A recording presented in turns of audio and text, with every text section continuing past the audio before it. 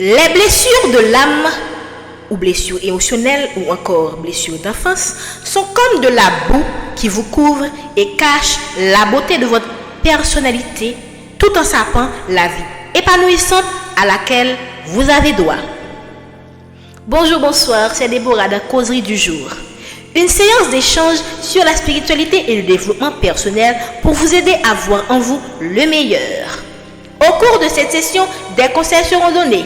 Merci de faire appel à votre discernement pour voir dans quelle mesure ces conseils s'appliquent à vous. Nous souhaitons la bienvenue aux nouveaux arrivants de la chaîne. Merci aux nouveaux abonnés et à toute personne qui contribue de manière directe ou indirecte à l'amélioration de la chaîne.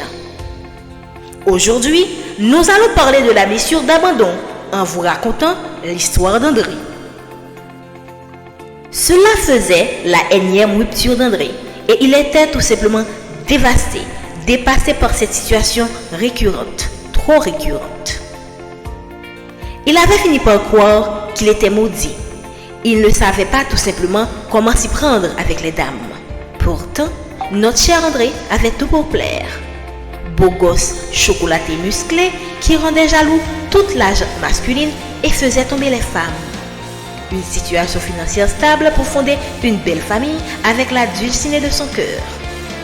C'était un jeune homme brillant, bien élevé, bienveillant, serviable, toujours présent pour les autres et à l'écoute de leurs besoins, parfois même un peu trop, au point d'oublier sa propre personne. Pourtant, les dieux, peut-être trop jaloux de sa génétique, semblaient s'acharner contre lui tout le temps et à chaque fois. Le pauvre, croyait-il. C'est avec le cœur lourd, sous les conseils d'un ami, qu'André prit la décision qui allait changer sa vie. Consulter une personne du domaine pour mieux l'éclairer sur sa situation. C'est alors qu'André commença son histoire. André est issu d'un foyer ordinaire avec un père et une mère toujours présents et aimants.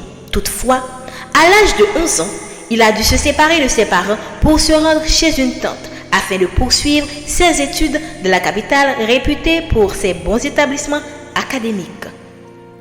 Si les raisons étaient justifiables, André a très mal vécu cette séparation avec ses parents, en particulier sa mère.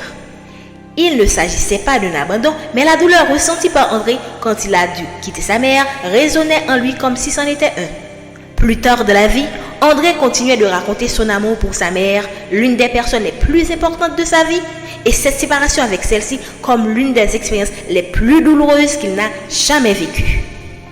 Même si sa tante le traitait bien, André s'était senti tout simplement malheureux. Mais que s'est-il passé? La séparation avec le cocon familial a déclenché chez André les symptômes de la blessure d'abandon. Et avec le temps, de manière inconsciente, ce sentiment d'abandon a littéralement façonné sa relation avec son entourage, dont sa vie amoureuse. Il était dépendant des autres. C'était le type sur lequel on pouvait toujours compter. Il faisait tout pour attirer l'attention sur sa personne, non pour se vanter, mais pour se montrer utile, quitte à négliger sa propre vie. Il existait tout simplement à travers le regard de l'autre. Dans sa vie amoureuse, André était le petit ami très attachant, toujours disponible pour sa compagne et exigeait la même attention de cette dernière. Toute omission, faute ou petit égarement était un drame qu'il interprétait comme un manque d'amour, enchaînant des avalanches de conflits de plus en plus catastrophiques jusqu'au point de non-retour. De plus, André s'attendait toujours à être abandonné par sa conjointe. Il était tout le temps la victime de l'histoire, se plaignant de ne pas être assez aimé de sa compagne ou la suspectant d'infidélité. Quand il ne prenait pas les devants pour rompre, de toute façon, ça allait casser, il allait de femme en femme à la recherche d'un amour idéal, ce qui poussait sa partenaire dépassée par un comportement aussi bizarre à bout. Comment aider André à remédier de son mal-être? Sans le savoir, André recherche la présence de sa mère dans toutes ses relations, ce qu'il ne trouvera évidemment jamais. Il n'a pas pu reprocher l'abandon de ses parents à ces derniers. Du coup, il les condamne à travers ses relations amoureuses. Notez qu'André, en réalité, n'a jamais été abandonné, mais cela ne l'a pas empêché de se sentir abandonné. Cette séparation a été pour lui comme un séisme émotionnel qu'il a refoulé avec des conséquences désastreuses sur sa vie. Ce qu'André doit combattre, c'est le sentiment d'abandon qui le ronge de l'intérieur et détruit ses éventuelles belles relations. Il doit décider de pardonner à ses parents qui ont eu les plus belles intentions pour améliorer son éducation, mais qui, sans le vouloir, ont blessé leur fils qui voulait encore de leur présence dans sa vie. Nous venons de voir les causes, symptômes et quelques clés pour remédier à la blessure d'abandon. Ce scénario met en scène une situation spécifique, mais cette blessure peut être plus profonde et ses conséquences encore plus lourdes, allant jusqu'à la dépendance à des substances si un enfant a vécu l'abandon d'un des parents ou les deux très tôt dans sa vie. Ne négligez jamais les conséquences que les blessures émotionnelles peuvent avoir sur vos vies.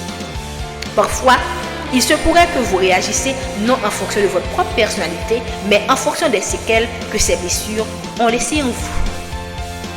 La semaine prochaine, nous aborderons la blessure d'injustice dans un prochain épisode. Nous vous remercions de votre écoute et maintenant nous allons passer à la partie créative. Nous vous souhaitons une bonne visualisation.